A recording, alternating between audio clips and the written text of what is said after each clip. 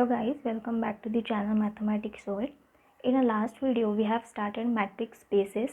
In that we saw the definition of matrix space and followed by some examples.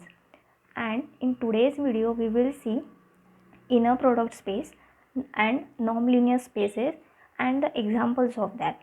Okay, so let's get started. What is inner product space?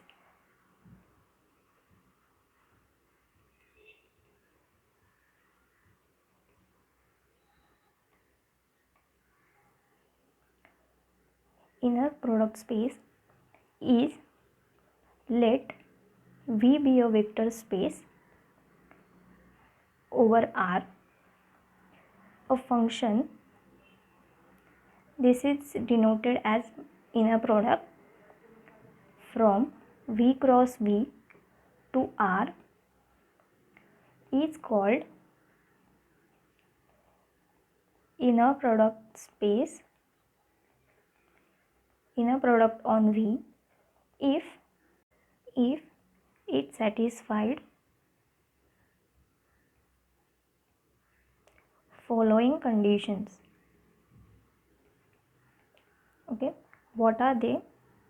Inner product of x cross x is greater than or equal to 0 for every x belongs to V. Second property is inner product of x cross x is equal to 0 if and only if x equal to 0. Third property is x inner product of xy is equal to inner product of yx. Fourth property is x y plus z is equal to x comma y plus x z. And the last property is inner product of alpha x y is equal to alpha inner product of x and y, where x y belongs to V and alpha belongs to R. Okay, this is the definition of inner product space. Now let's see non-linear space. The definition of non-linear space is a function, this norm from x to R is called non-linear space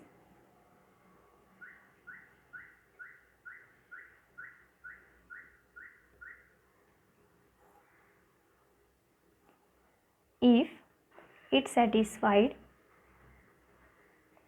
following conditions or properties. So first condition is norm of x is greater than or equal to 0. This is similar to our matrix space definition. There are only one or two properties which are different, where x belongs to x. Second is norm of x is equal to 0 if and only if x equal to 0. Third is norm of alpha x is equal to mod of alpha and norm of x. Fourth property is x plus y is less than equal to norm of x plus norm of y. Okay, so these are the properties for non-linear space. So remember these definitions because they are useful, and in examples you are using this definition only.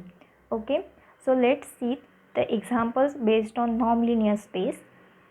So first example is, let Rn is equal to x1, x2, xn, where xi belongs to R, where I is from 1 to n, such that norm 1, norm 2 and norm infinity are norm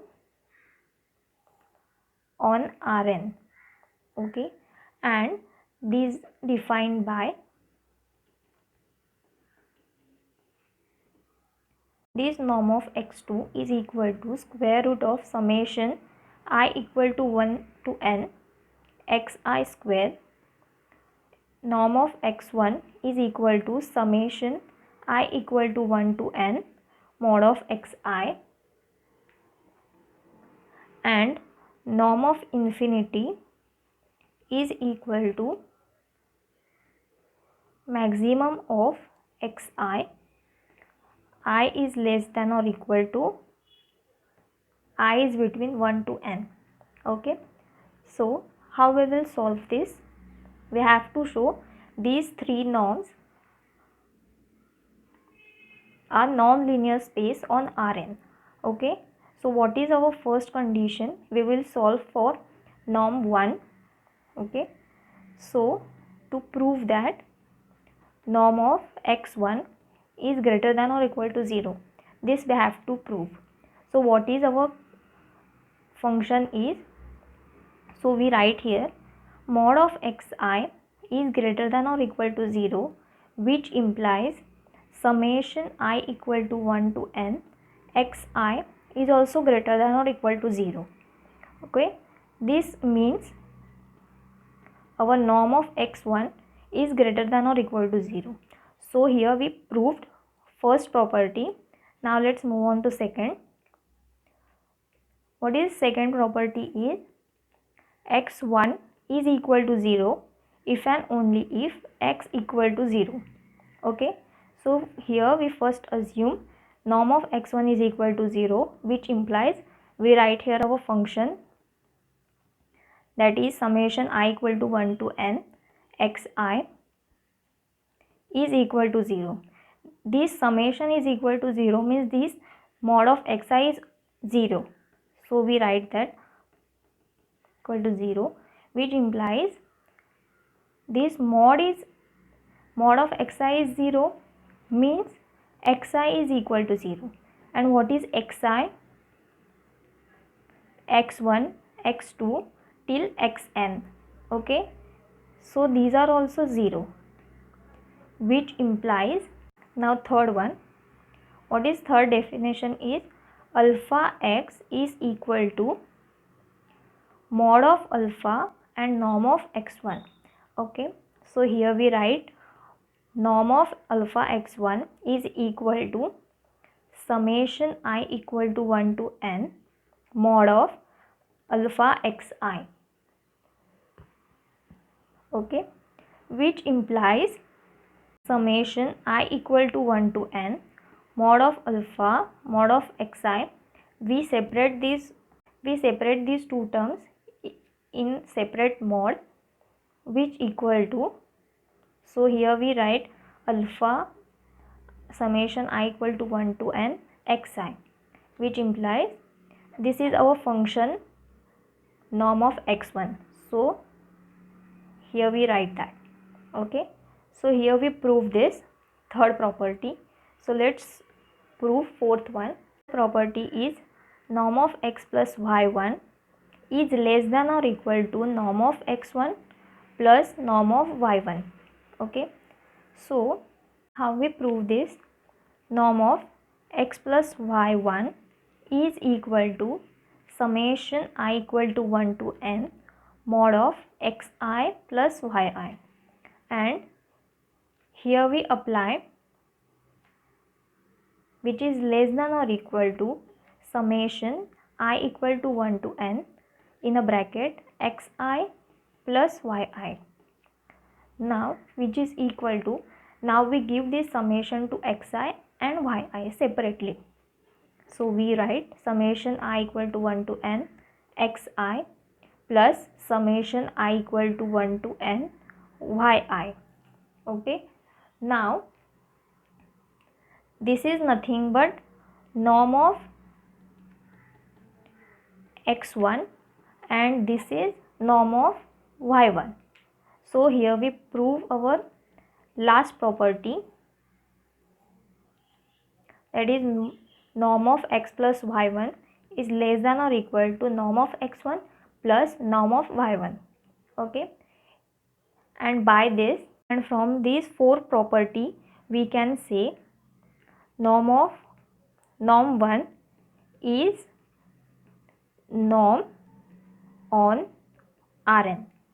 Okay, now our second example is norm of x2 is equal to under root of summation I equal to 1 to n xi square.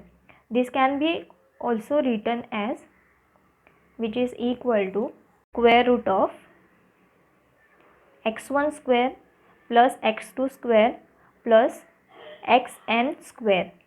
Okay, in exam if you have given this, then you can write simply this function. Okay, because this is a simplest form, so that we can prove the properties easily. Okay, so let's solve this. So second example is norm of x2 is equal to square root of summation I equal to 1 to n xi square. Okay, so here we solve first property, that is we have to show norm of x2 is greater than or equal to 0. So here we consider this xi square is greater than or equal to 0, which implies now we take summation of this xi square is greater than 0 and we take square root of this, which is also greater than or equal to 0. Okay, so here we prove that norm of x2 is greater than or equal to 0.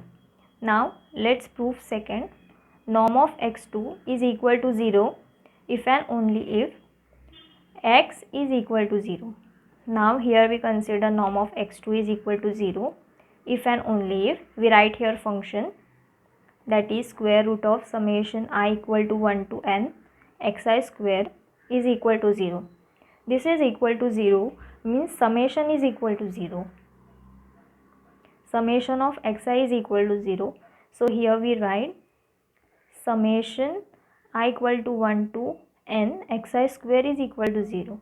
Now this summation means this xi square is equal to 0, and now we take the square root of this xi, so we can write xi is equal to 0. And what is xi?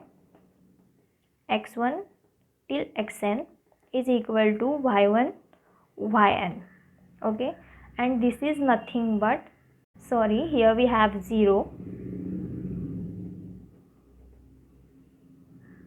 so x is equal to 0.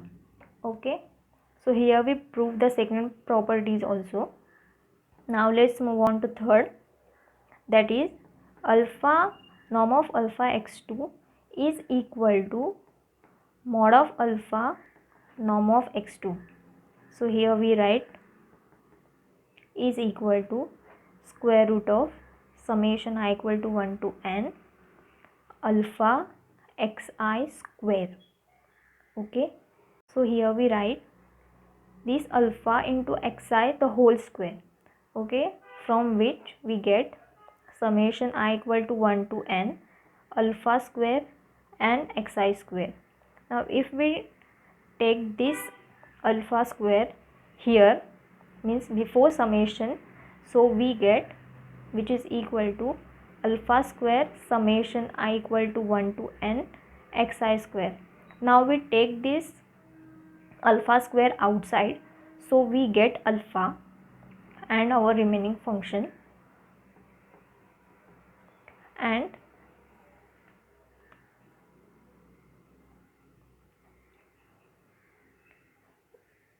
while taking this alpha square we write mod of alpha. Okay, because in the square we also have minus sign, so for that reason we add here mod. Okay, so we write mod of alpha and norm of x2. Okay, so here we prove our third property. Now last property, that is x, norm of x plus y2 is less than or equal to norm of x2 plus norm of y2. Okay, so here we write norm of x plus y 2 is equal to square root of summation I equal to 1 to n, and here we write xi plus yi the whole square. Similarly we are doing here also, which is equal to square root of summation I equal to 1 to n. Now here we use Minkowski inequality. What was that? Let's look at Minkowski inequality. Okay, what is Minkowski inequality? Minkowski inequality says A is equal to A1 to An, B is equal to B1 to Bn. Then if we take square root of summation I equal to 1 to n, ai plus bi square is less than or equal to summation I equal to 1 to n ai square plus square root of summation I equal to 1 to n bi square. Okay, now see, instead of a b we have here xy. Okay, so we write this less than summation xi square plus summation I equal to 1 to n yi square. Okay, which is, this means this is our norm function x2 and this is norm of y2. So here we prove our fourth property also. So here we write, therefore from 1, 2, 3 and 4 norm of 2 is norm on Rn. Okay, so here we end this example. Okay, now we left with norm of infinity. I leave this for you. Try to solve this, which is equal to maximum of xi, where I is from 1 to n. Here we see the examples which are on a set. Okay, now we will see the impact of this norm in a sequence. Okay, so let's see that L1 is equal to sequence xn in R. Okay, and if we take summation, so where summation n equal to 1 to infinity mod of xn is less than infinity. Okay, means this sequence is convergent.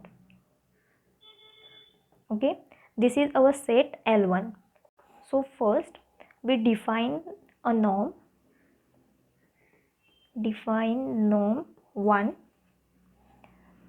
Norm of x1 is equal to summation n equal to 1 to infinity mod of xn.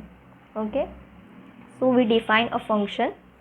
So now it is easy for us to solve. Okay, so how we solve this? We know the four properties, so from that basis we solve this example. Okay, so first property is, here we write x equal to xn, which belongs to xl1, and summation n equal to 1 to infinity mod of xn is convergent, means this xn is greater than or equal to 0 for every n belongs to natural number, which implies summation n equal to 1 to infinity xn is greater than or equal to 0. So here we prove our first property. Now second, norm of x1 is equal to 0 if and only if x equal to 0, means norm of x1 is equal to 0 if and only if we write function that is sequence summation n equal to 1 to infinity xn is equal to 0. Okay, means if and only if this xn is equal to 0, if and only if xn is equal to 0 and xn is nothing but x1, x2, xn is equal to 0, 0 and times 0. Okay, so from this we write if and only if x is equal to 0. So here we prove our second property. Now let's solve third property. So alpha x1 is equal to alpha x1. So we write alpha x1 is equal to summation n equal to 1 to infinity xn. Here we write alpha xn is equal to summation n equal to 1 to infinity mod of xn is equal to, we write this alpha before summation,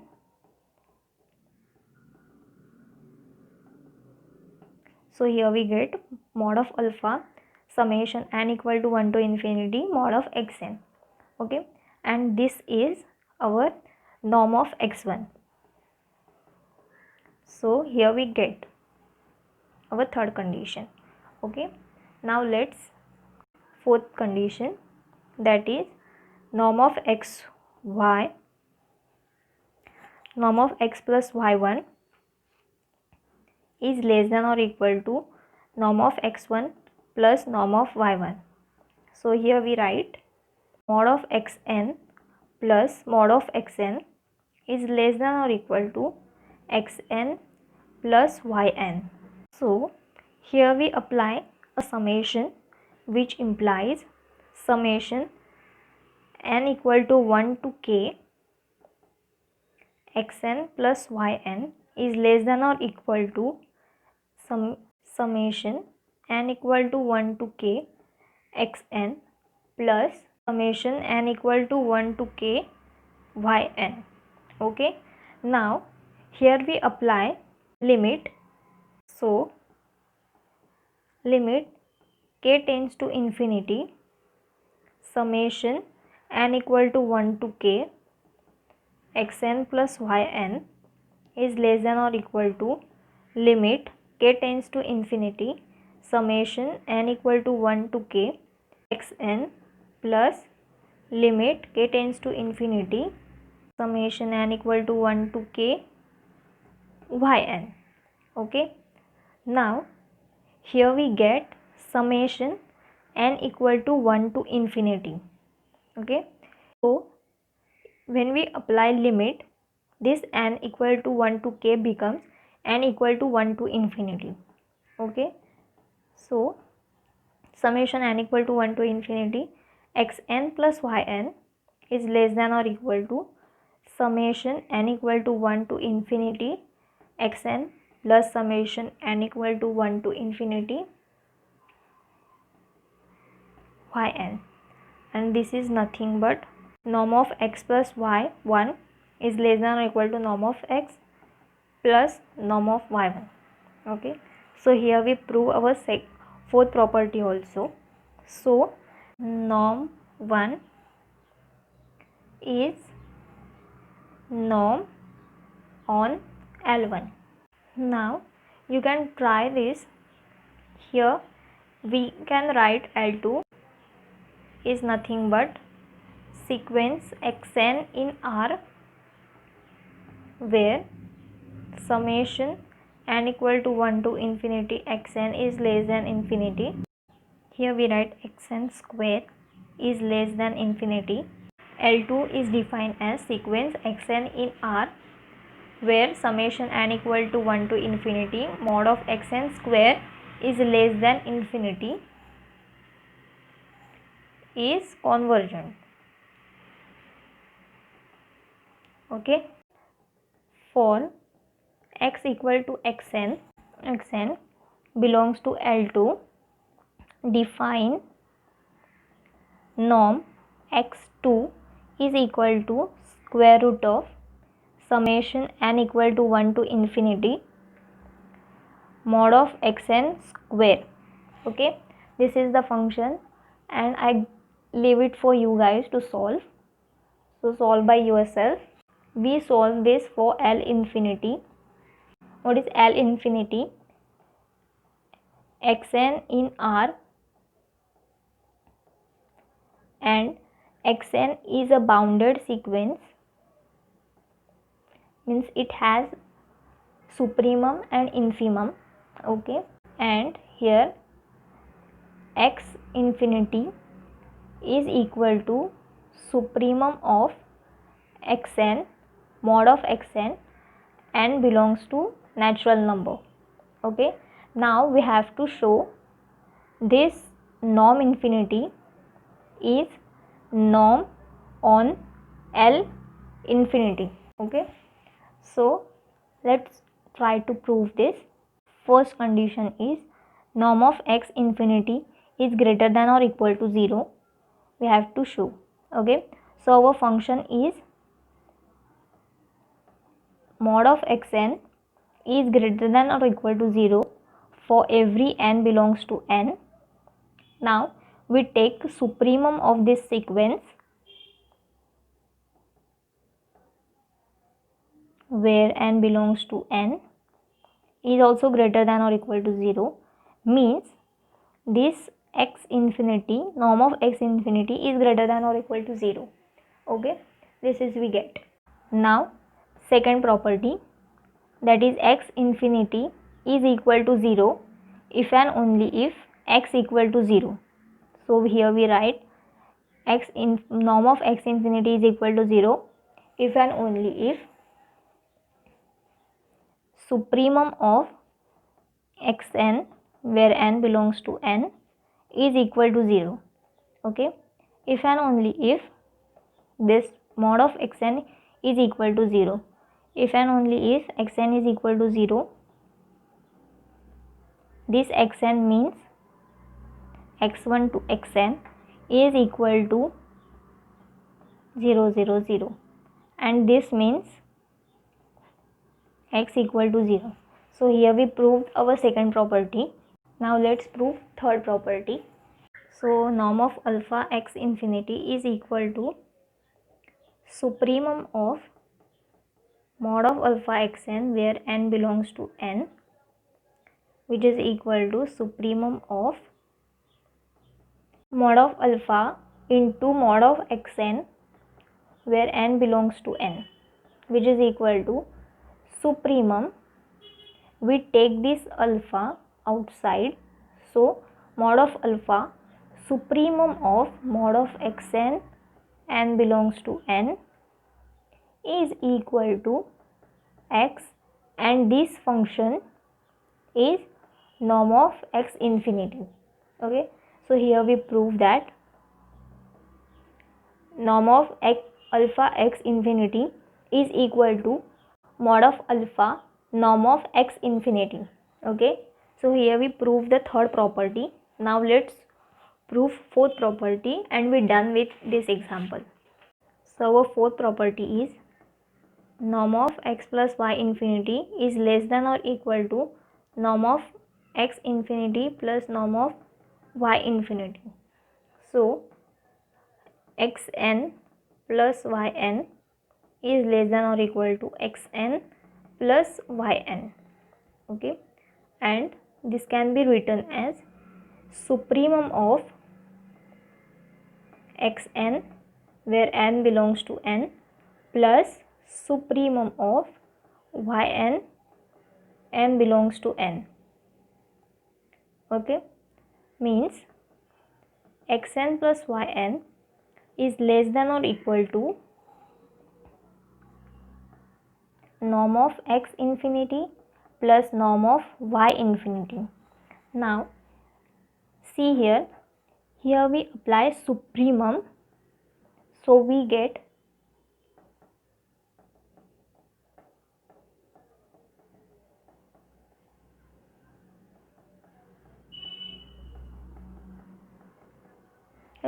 This is what we get by applying supremum. Okay, and this is nothing but norm of x plus y infinity, which is less than or equal to norm of x infinity plus norm of y infinity. So here we are done with fourth property, and hence this norm infinity is norm on L infinity. Okay, so here I gave you one example to solve. X is equal to set of all convergent sequence in R for x is equal to xn, y is equal to yn, which belongs to x. Then we define dxy is equal to limit n tends to infinity xn minus yn, means mod of xn minus yn. Check this d is metric on x. Okay, that's it for today's video. In the next video we will see open ball, open set in matrix space, and one important theorem, that is open ball in any matrix space is an open set. So don't miss that video because it is important theorem and important concept also. So don't skip that video.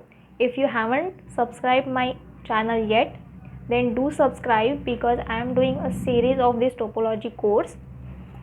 So don't forget to subscribe and hit that bell icon right next to it so that you will get notification whenever I post a video. Okay, so till then solve the examples which I gave you as an exercise. If you have any problem in that, do comment down below. I love to read your comments and I do reply to your comments. Okay, so don't forget to comment down below if you have any query. Till then, bye and keep learning.